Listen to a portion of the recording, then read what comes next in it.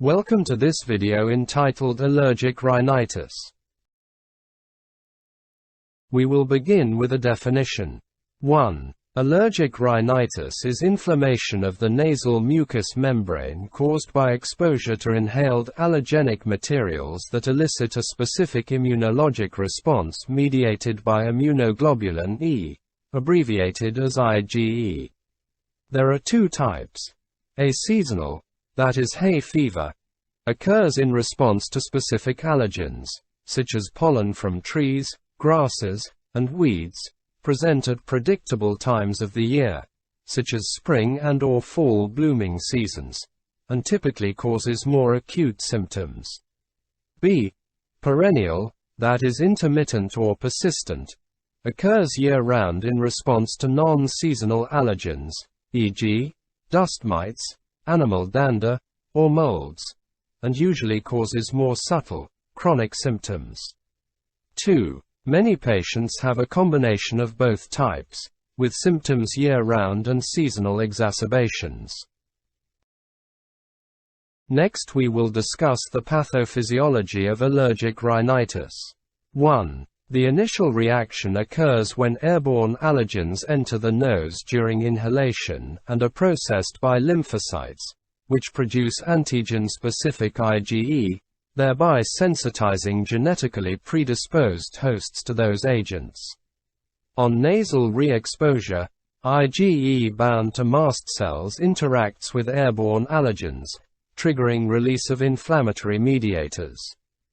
2. An immediate reaction occurs within seconds to minutes, resulting in the rapid release of pre-formed mediators and newly generated mediators from the arachidonic acid cascade. Mediators of immediate hypersensitivity include histamine, leukotrienes, prostaglandin, tryptus, and kinins. These mediators cause vasodilation, increased vascular permeability, and production of nasal secretions. Histamine produces rhinorrhea, itching, sneezing, and nasal obstruction. 3. From 4 to 8 hours after the initial exposure to an allergen, a late-phase reaction may occur, which is thought to be due to cytokines released primarily by mast cells and thymus-derived helper lymphocytes. This inflammatory response likely is responsible for persistent, chronic symptoms including nasal congestion. We will now consider the clinical presentation of allergic rhinitis. 1. Symptoms include clear rhinorrhea, sneezing, nasal congestion, postnasal drip, allergic conjunctivitis, and pruritic eyes, ears, or nose. 2. Patients may complain of loss of smell or taste, with sinusitis or polyps the underlying cause in many cases. Post-nasal drip with cough or hoarseness can also be bothersome. 3. Untreated rhinitis symptoms may lead to insomnia, malaise, fatigue, and poor work or school efficiency. 4. Allergic rhinitis is a risk factor for asthma. Up to 78% of asthma patients have nasal symptoms, and about 38% of allergic rhinitis patients have asthma. 5. Recurrent and chronic sinusitis and epistaxis are complications of allergic rhinitis. Next we will discuss the diagnosis of allergic rhinitis. 1. In children, physical examination may reveal dark circles under the eyes, also referred to as allergic shyness, a transverse nasal crease caused by repeated rubbing of the nose, adenoidal breathing, edematous nasal turbinates coated with clear secretions, tearing, conjunctival injection and edema, and periorbital swelling. Physical findings are generally less obvious in adults. 2. Microscopic examination of nasal scrapings typically reveals numerous eosinophils. The peripheral blood eosinophil count may be elevated, but it is nonspecific and has limited usefulness. 3. Allergy testing can help determine whether rhinitis is caused by an immune response to allergens. Immediate-type hypersensitivity skin tests are commonly used. Percutaneous testing is safer and more generally accepted than intradermal testing, which is usually reserved for patients requiring confirmation. The radio-allergo-sorbent test, abbreviated as RAST, can be used to detect IgE antibodies in the blood that are specific for a given antigen, but it is less sensitive than percutaneous tests. And now we will look at the desired outcome. 1. The goal of treatment is to minimize or prevent symptoms with minimal or no side effects and reasonable medication expense. 2. Patients should be able to maintain a normal lifestyle, including participation in outdoor activities and playing with pets as desired. Next we will discuss the treatment of allergic rhinitis. It is summarized in Figure 79.1. Let's begin with allergen avoidance. 1. Avoidance of offending allergens is difficult. Mold growth can be reduced by keeping household humidity below 50% and removing obvious growth with bleach or disinfectant. 2. Patients sensitive to animals benefit most by removing pets from the home, if feasible. Exposure to dust mites can be reduced by encasing mattresses and pillows with impermeable covers and washing bed linens in hot water. Washable area rugs are preferable to wall-to-wall carpeting. 3. High-efficiency particulate air filters can remove lightweight particles such as pollens, mold spores, and cat allergen, thereby reducing allergic respiratory symptoms. 4. Patients with seasonal allergic rhinitis should keep windows closed and minimize time spent outdoors during pollen seasons. Filter masks can be worn while gardening or mowing the lawn. Pause the video and carefully scrutinize Figure 79.1 illustrating a treatment algorithm for allergic rhinitis before advancing to the next slide. Pause the video and carefully scrutinize Figure 79.1 illustrating a treatment algorithm for allergic rhinitis before advancing to the next slide. We will now shift gears to pharmacologic therapy of allergic rhinitis. Let's begin with antihistamines. 1. Histamine H1 receptor antagonists bind to H1 receptors without activating them, preventing histamine binding and action. They are more effective in preventing the histamine response than in reversing it. 2. Oral antihistamines can be divided into two major categories. Non-selective, also called first-generation or sedating antihistamines, and peripherally selective, also known as second-generation or non-sedating antihistamines. However, individual agents should be judged on their specific sedating effects because variation exists among agents within these broad categories, as shown in Table 79.1. The central sedating effect may depend on the ability to cross the blood-brain barrier. Most older antihistamines are lipid-soluble and cross this barrier easily. The peripherally selective agents have little or no central or autonomic nervous system effects. 3. Symptom relief is caused in part by anticholinergic properties, which are responsible for the drying effect that reduces nasal, salivary, and lacrimal gland hypersecretion. Antihistamines antagonize increased capillary permeability, wheal and flare formation, and itching. 4. Drowsiness is the most frequent side effect, and it can interfere with driving ability or adequate functioning at the workplace. Sedative effects can be beneficial in patients who have difficulty sleeping because of rhinitis symptoms.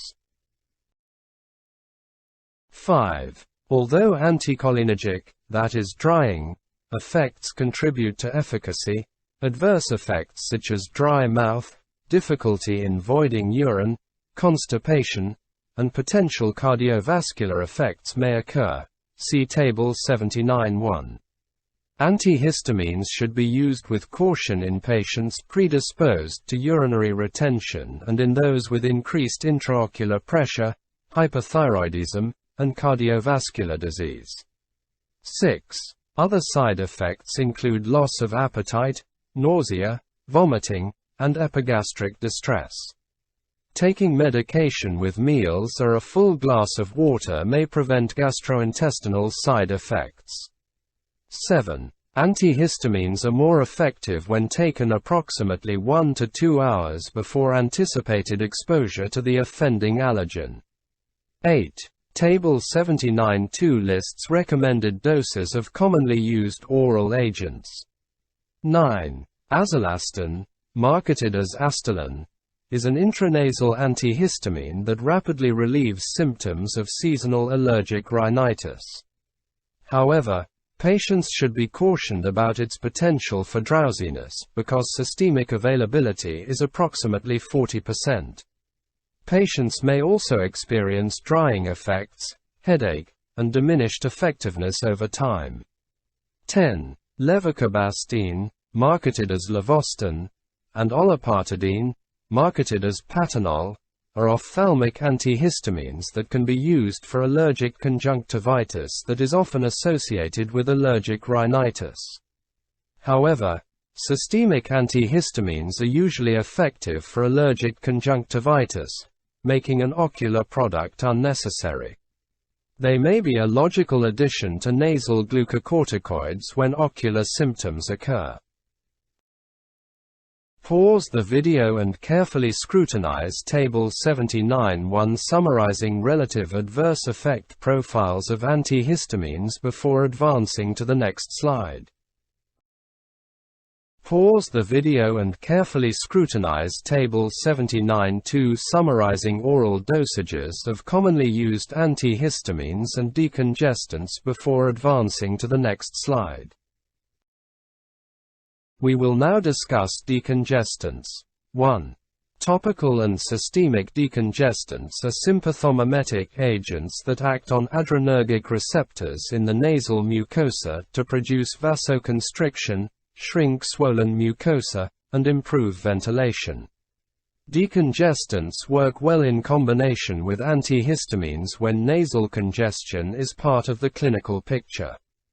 2. Topical decongestants are applied directly to swollen nasal mucosa via drops or sprays, as shown in Table 79-3. They result in little or no systemic absorption. 3. Prolonged use of topical agents, more than 3 to 5 days, can result in rhinitis medicamentosa, which is rebound vasodilation with congestion. Patients with this condition use more spray more often with less response.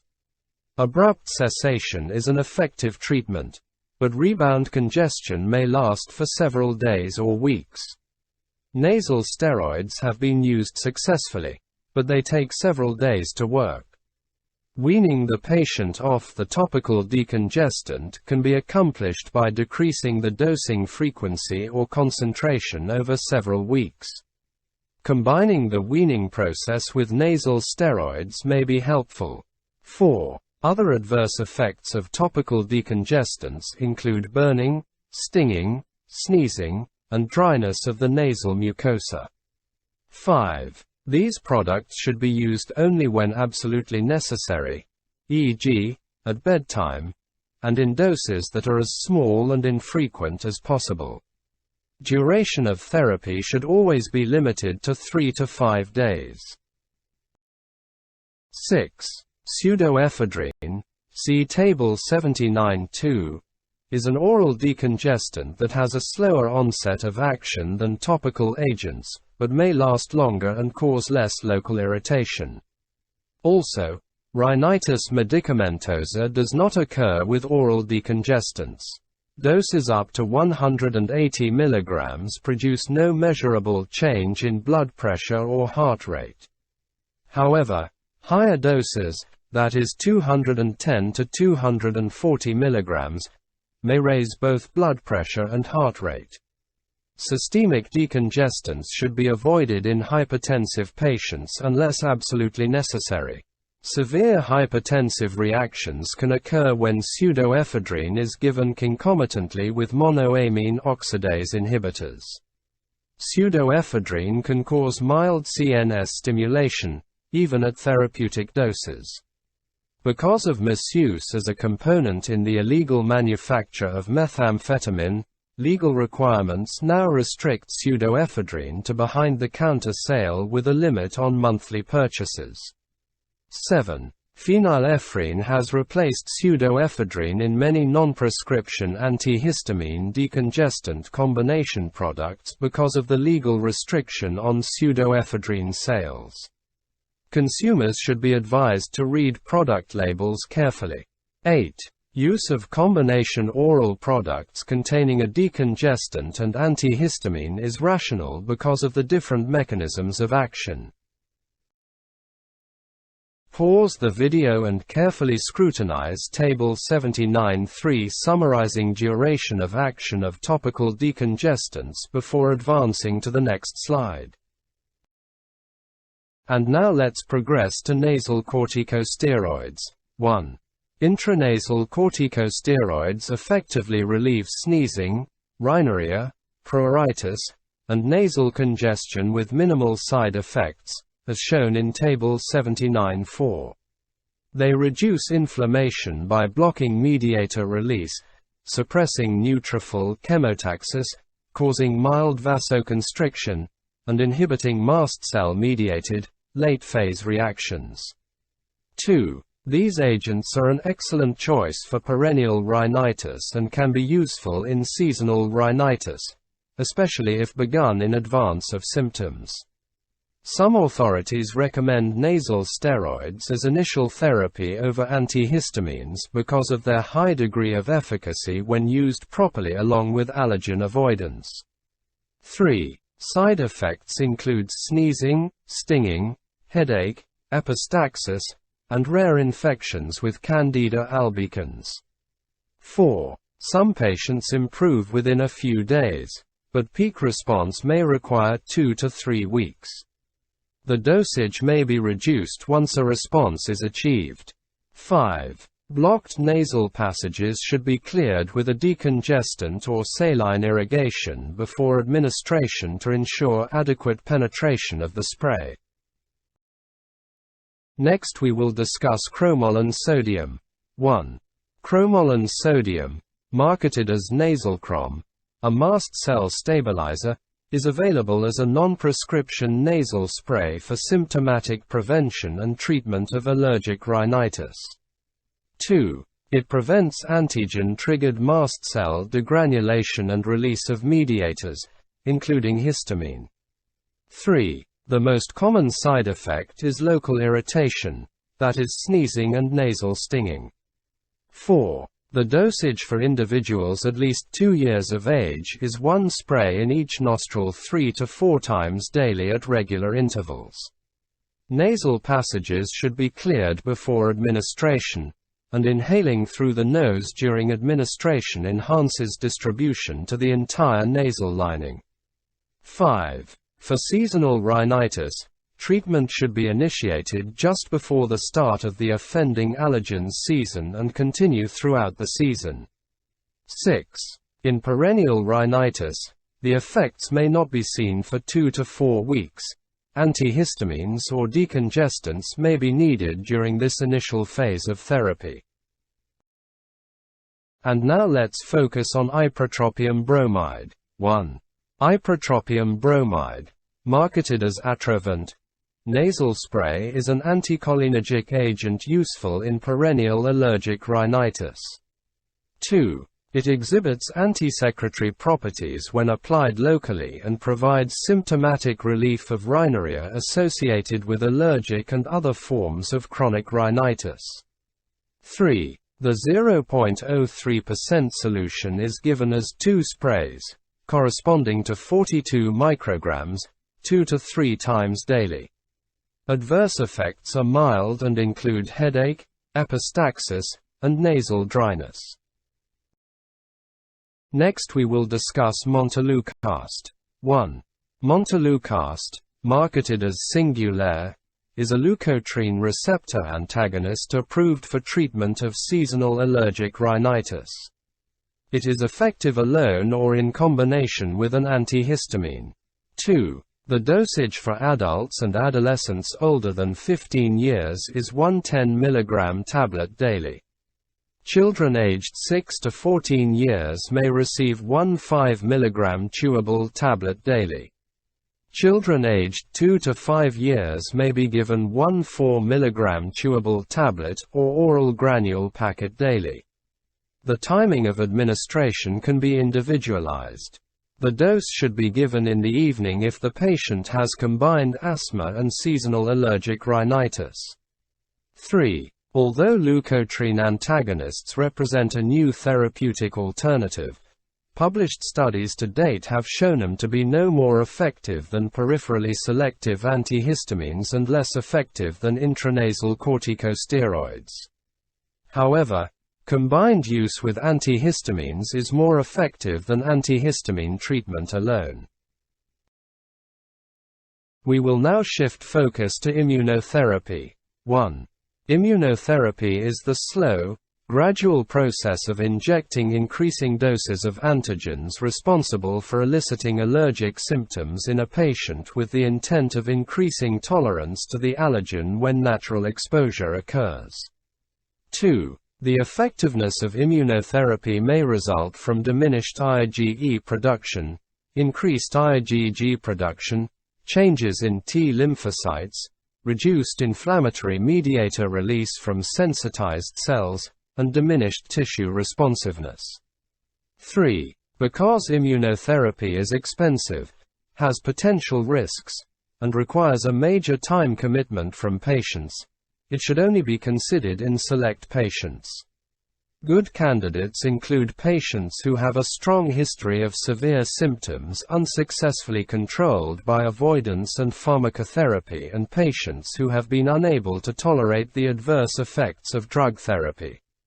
Poor candidates include patients with medical conditions that would compromise the ability to tolerate an anaphylactic type reaction, patients with impaired immune systems, and patients with a history of non-adherence to therapy. 4. In general, very dilute solutions are given initially once or twice per week. The concentration is increased until the maximum tolerated dose is achieved. This maintenance dose is continued every 2 to 6 weeks, depending on clinical response. Better results are obtained with year-round rather than seasonal injections. 5. Common mild local adverse reactions include induration and swelling at the injection site.